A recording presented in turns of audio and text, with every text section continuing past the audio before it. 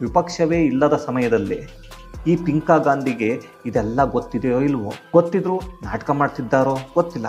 ಎಷ್ಟೇ ಆದರೂ ಇವರದೆಲ್ಲ Cambridge university ಅಲ್ವಾ, ಅಲ್ಲಿ ಇದೆಲ್ಲ ಓದೋದಕ್ಕೆ ಸಿಕ್ಕಿಲ್ಲ ಅನಿಸುತ್ತೆ. ಇನ್ನು ಒಂದು ಹೆಜ್ಜೆ ಮುಂದೆ ಹೋದ್ರು, ಹಿಮಾಚಲದಲ್ಲಿ ಸೇಬು ಬೆಳೆಯೋ ರೈತರು ಒಬ್ಬ ವ್ಯಕ್ತಿಯಿಂದ ಕಂಗಾಲಾಗಿದ್ದಾರೆ ಅಂದರು.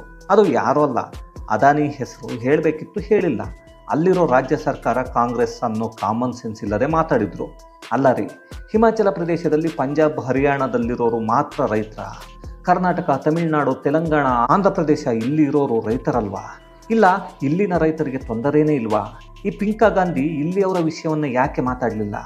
ಅದು ನನಗೆ ಗೊತ್ತಾಗಲಿಲ್ಲ. ಅವರ ಮಾತಿನ ಅರ್ಥ ಏನೋ ಗೊತ್ತಿಲ್ಲ. ಇನ್ನು ಮುಂದುವರೆದು ಅವರು ಮಾತಾಡಿದ್ದು, ಸಂಬಾಲ್ ಗಲಭೆಯಲ್ಲಿ ಗುಂಡೇಟಿಗೆ ಸತ್ತವರು ಸಂತ್ರಸ್ತರು ಅಂತ. ಗಲಭೆ ಮಾಡೋಕ್ಕೆ ಅವರಿಗೆ ಹೇಳಿದ್ಯಾರು?